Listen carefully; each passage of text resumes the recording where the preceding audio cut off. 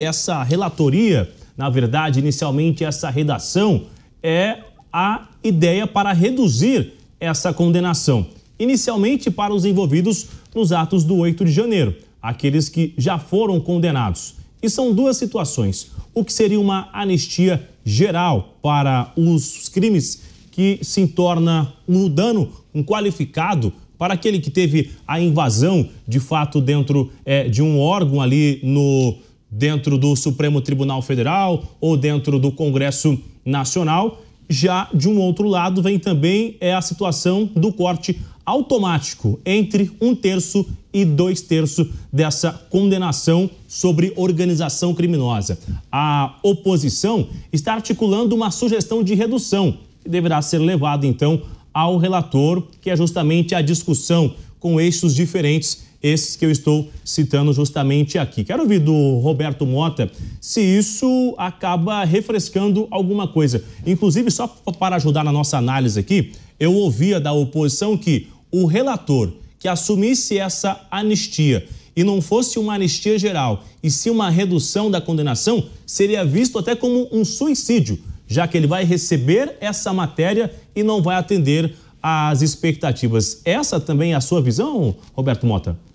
Essa é uma questão interessante, Bruno. Eu tenho uma visão particular a respeito desse assunto. Primeiro, eu vou expressar aqui uma discordância num ponto levantado pelo meu colega Dávila, porque eu não acho que qualquer projeto que vier que representar qualquer tipo de benefício para os réus de 8 de janeiro tem que ser aceito ou então vai ficar mal para os congressistas. Eu não concordo com isso. Imagina que venha um projeto aí de dosimetria que vai tirar, eu vou ser bem absurdo aqui para demonstrar o meu ponto, que tire 1 mês das sentenças de todo mundo. Bom, é melhor retirar 1 mês do que não fazer nada, né? Mas isso significa que os congressistas têm que aceitar uma redução de 1 mês na sentença? Não, lógico que não. Em relação a essa questão de redução de pena, eu quero perguntar, qual é a justificativa para a redução da pena? Perguntando de outro modo, por que redução de pena é aceitável, mas anistia não é aceitável? Então, deixa eu dizer uma coisa para vocês, enquanto os nossos espectadores estão pensando na resposta. Redução de pena é o que acontece todos os dias no Brasil com criminosos violentos.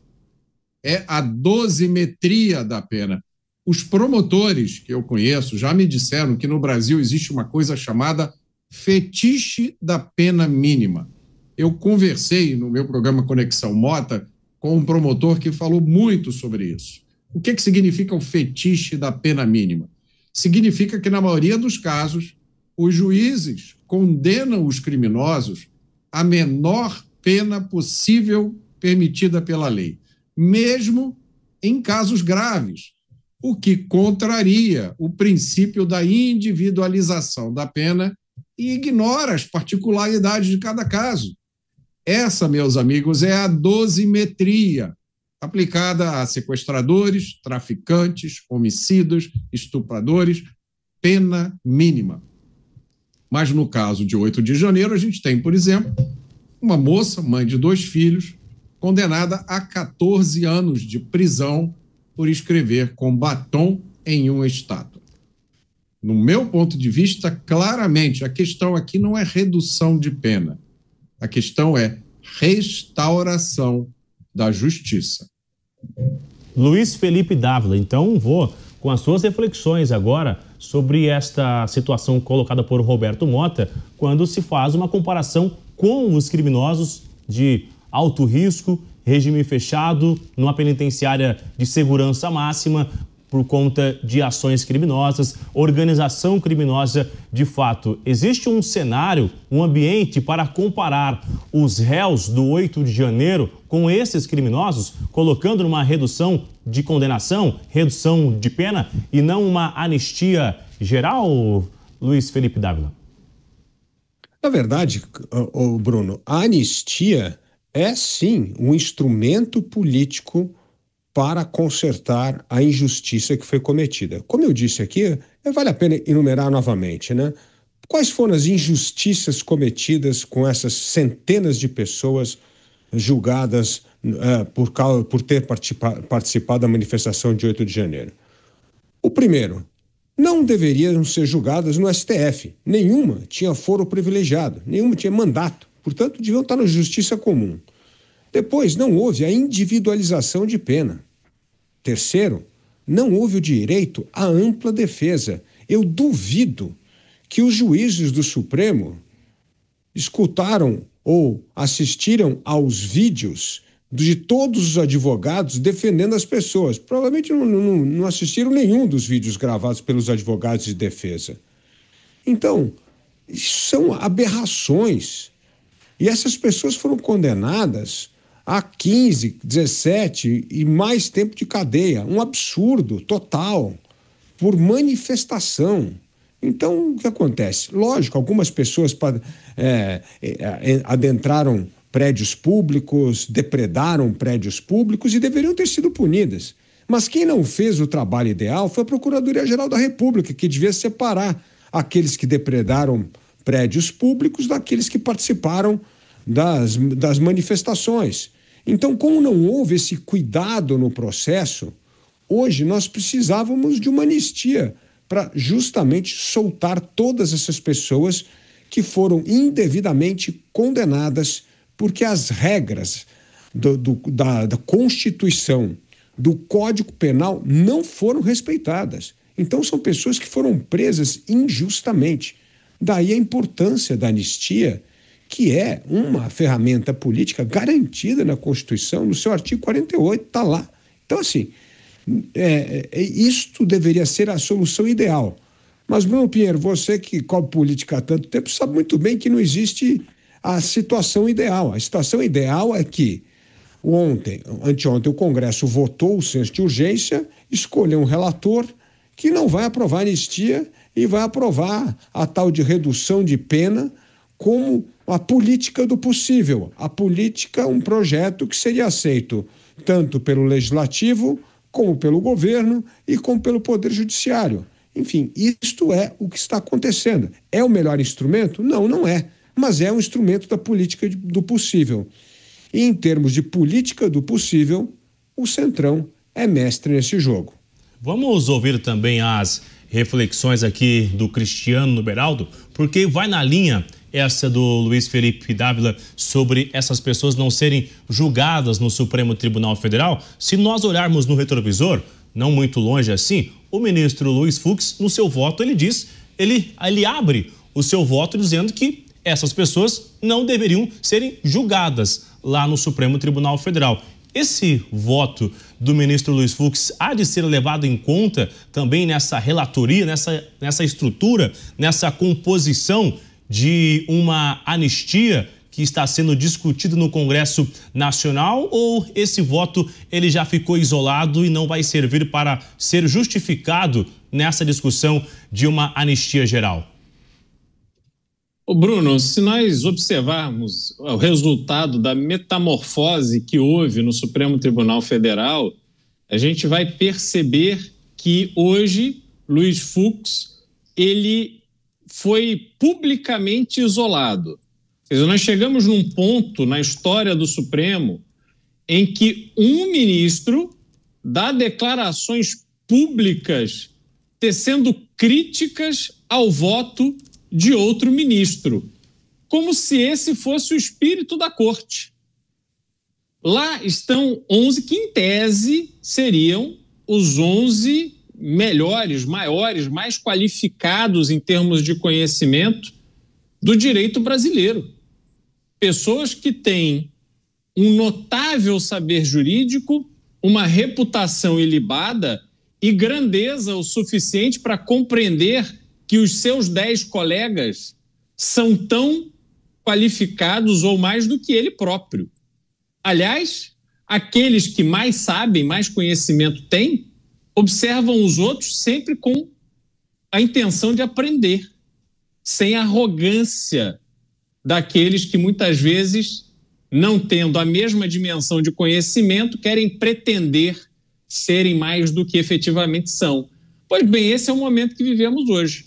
essa crítica que foi feita pública em relação ao ministro Luiz Fux demonstra que seu mestre mandou isolar Luiz Fux, porque quem manda ali não é Luiz Fux, quem manda ali é ele. Então, eu não acredito que qualquer coisa que passe na consideração dos elementos e dos argumentos trazidos no voto de Luiz Fux, se incorporados a esse projeto, vai ter a resistência igual do Supremo Tribunal Federal. Então é contraproducente.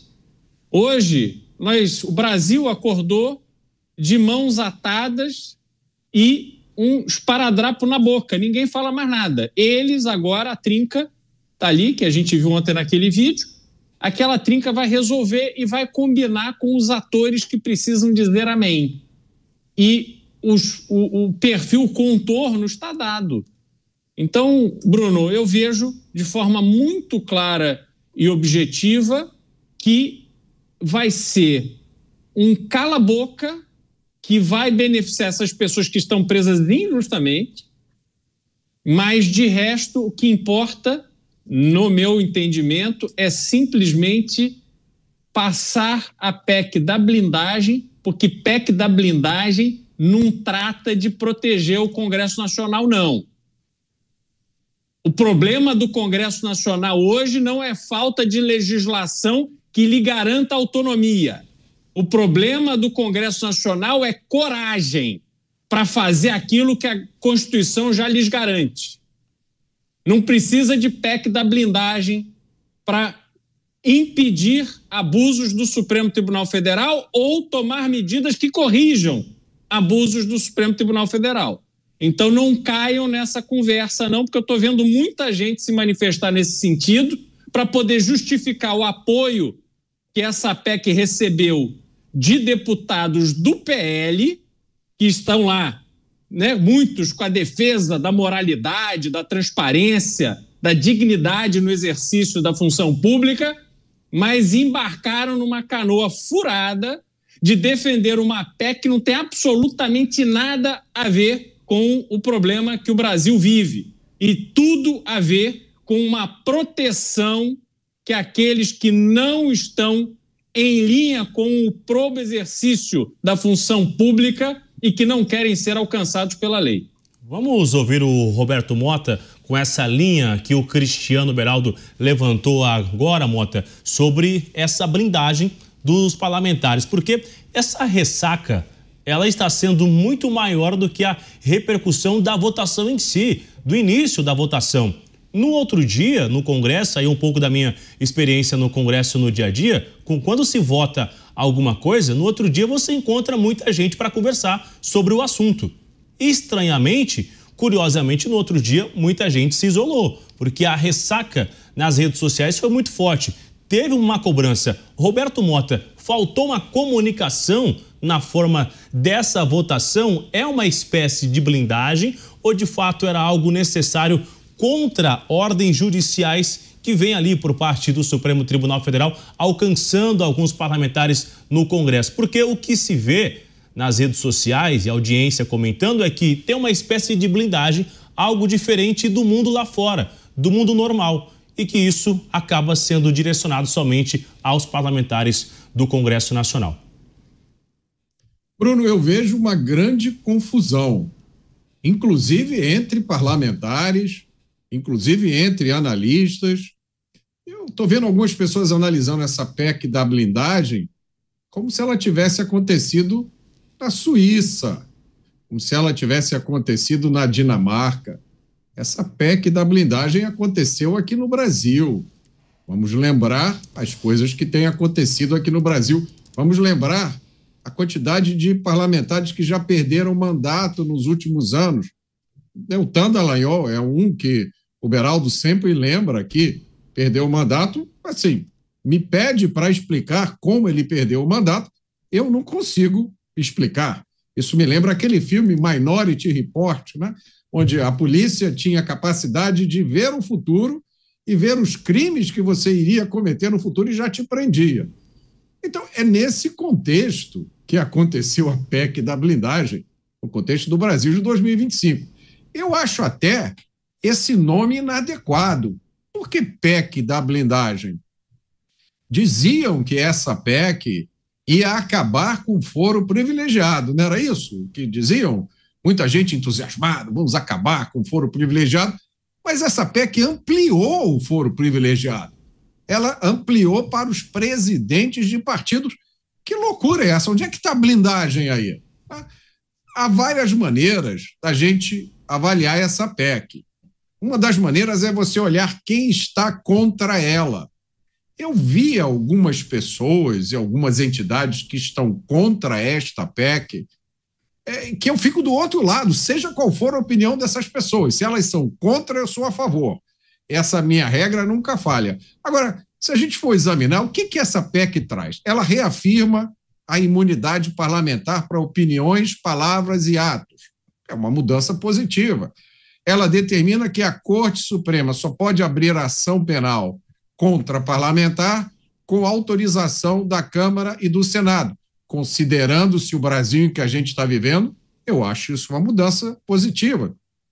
Ela restringe a prisão em flagrante a crimes inafiançáveis previstos na Constituição e cria novas hipóteses de recurso às cortes superiores. Mais uma vez, considerando-se o Brasil em que a gente vive, essas mudanças são positivas. É lógico que cabe a crítica para os parlamentares mal intencionados, para aquelas pessoas que se elegem com o fim de cometer crimes. Essa PEC vai oferecer alguma proteção, claro, mas esse é o mesmo argumento do Estado de Direito. Quando você cria as regras do Estado de Direito, você protege os inocentes, mas, inevitavelmente, você estende a proteção também a alguns bandidos. Não importa. Esse é o preço para se pagar. Você assume que todo mundo é inocente até prova em contrário. Mas esse cara aqui, eu sei que ele é bandido, Mota. Ele é conhecido aqui, já cometeu vários crimes. Não importa. Para o Estado de Direito, ele é inocente, até que se prove o contrário. Então, eu acho o balanço geral dessa PEC positivo. Agora, eu divido com os meus colegas o sentimento. Muito ruim, é muito triste que uma PEC dessa seja necessária. Ainda repercute hoje alguns indicando que seria uma oportunidade para um acesso do crime organizado.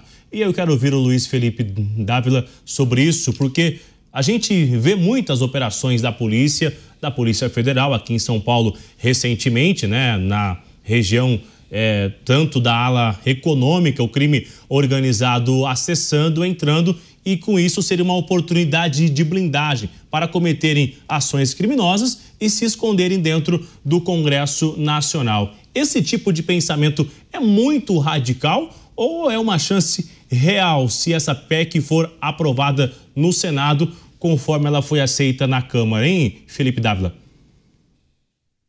Esta PEC é uma vergonha que tem que ser derrubada rapidamente, Bruno. Vamos à história da Constituição brasileira para responder a sua pergunta primeiro. Quando a Constituição de 1988 foi aprovada, existia, sim, era preciso autorização da Câmara, do Congresso Nacional para poder processar parlamentares. Por que isso existiu? E com toda razão, para preservar a liberdade de opinião, para preservar a atividade parlamentar de um país que havia saído de uma ditadura que, na verdade, punia os deputados, os senadores que eram críticos ao governo. Era para proteger a liberdade de expressão, de opinião e o exercício do mandato. Este foi o intuito deste dispositivo na Constituição em 1988. Em 2001, isso caiu, como você sabe muito bem. Caiu e aí o Supremo começou a ter acesso a poder processar esses parlamentares. É verdade que muitas injustiças ocorreram e abuso de poder, como é o caso do deputado Deltan Dallagnol, que perdeu o mandato por nada, aliás, o TSE não conseguiu explicar por quê. Eventualmente ele poderia ter usado a posição para cometer um crime que não cometeu. Foi uma loucura aquilo. Mas então houve abuso. Agora a realidade é muito diferente. As emendas parlamentares, que representavam nada, hoje representam 20%, mais de 20% do orçamento discricionário do país. A gente está falando de 70 bilhões. E este ato de sem-vergonhice é para protegê-los deste mau uso do dinheiro público. E a gente está falando de 70 bilhões de reais, a gente não está falando de um troco qualquer. Dinheiro que vem sendo usado de maneira sem transparência, sem nenhum critério, a não ser eleitoreiro. A CGU acabou de fazer um levantamento com 10 municípios, em 9 encontraram irregularidades da aplicação desse dinheiro público. Não dá para isso passar em branco. Isso é blindar picaretagem, é para blindar sem vergonhice. Nós não podemos aceitar isso de jeito nenhum. É um absurdo isso. E aí, infelizmente, os bons parlamentares vão sofrer. Mas isso, vamos fazer o quê? É o que está acontecendo. E é a maioria. A maioria se beneficia dessa emenda PIX usada de maneira perversa, eleitoreira, sem dar satisfação para nós, pagadores de impostos, como esse dinheiro vem sendo utilizado. É uma vergonha, o Senado precisa derrubar essa PEC.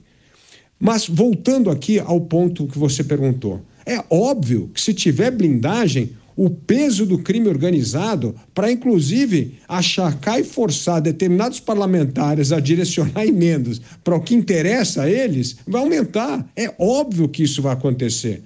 Então, nós não podemos permitir que no Brasil, onde mais de 20% do orçamento discricionário virou emenda parlamentar e parte dessas emendas é essas emendas PIX, que não haja uma forma de poder punir essa sem-vergonhice. Já está difícil punir agora.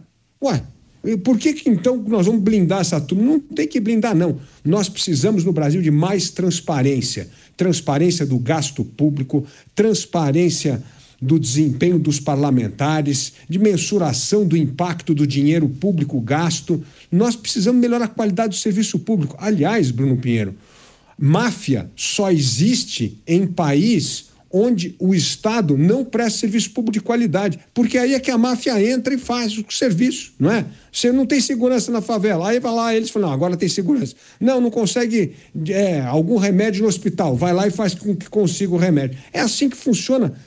Máfia só existe em lugar onde há o Estado falido.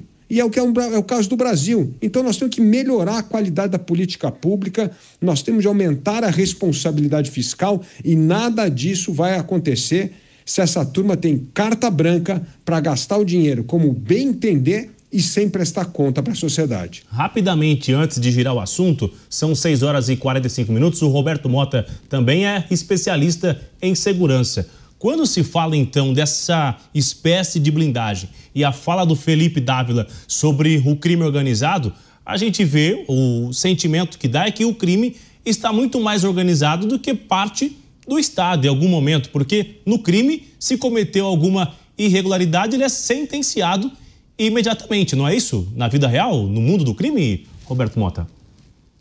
Claro, mas acho que é um ponto importante na opinião do Dávila que precisa ser endereçado aqui. Mais uma vez, a gente não está vivendo uma situação normal. Nós estamos vendo deputados, parlamentares sendo ameaçados, inquéritos sendo abertos, ameaçados de processo pelas coisas que eles dizem na tribuna, por seus atos e palavras durante o exercício de mandato, que são protegidos constitucionalmente. Então, é lógico que o dinheiro público tem que ser tratado com cuidado. É lógico que crimes têm que ser punidos. Mas você não vai fazer isso passando por cima da independência dos poderes. É justamente isso que a gente está vendo. Eu não acho que o que nós estamos vendo no Brasil aponta na direção de correção de nenhum problema. O que a gente está vendo é o parlamentar diz uma coisa hoje, amanhã começa uma investigação. O Beraldo aqui já deu um exemplo muito bom do presidente da Câmara, se eu não me engano, né, Beraldo? Quando se comprometeu com a votação da anistia, imediatamente surgiu uma operação policial afetando uma pessoa da família dele. Como é que se justifica isso? Onde é que está o interesse público disso? Qual é a preocupação com o dinheiro do povo? Ao mesmo tempo em que há essa alegação de que não, essas medidas são para combater a emenda PIX, a gente vê um governo com 38 ministérios. Que piada é essa? A gente vê um governo que aparelhou todas as estatais que estão dando prejuízo gigantesco. Que preocupação seletiva é essa? A emenda PIX virou a justificativa para se passar por cima da independência dos poderes. E o resto que está acontecendo no Brasil? Como é que fica? E os processos de 8 de janeiro? E as investigações contra Jair Bolsonaro? Ontem foi aberta mais uma, né? A investigação resultante do relatório da CPI do Covid, que foi produzido quanto? Em 2021. E não dá para ignorar tudo isso. E dizer, não, vamos esquecer tudo isso, o importante é cuidar do dinheiro público, vamos combater as emendas PIX. A gente tem que olhar para o contexto como um todo.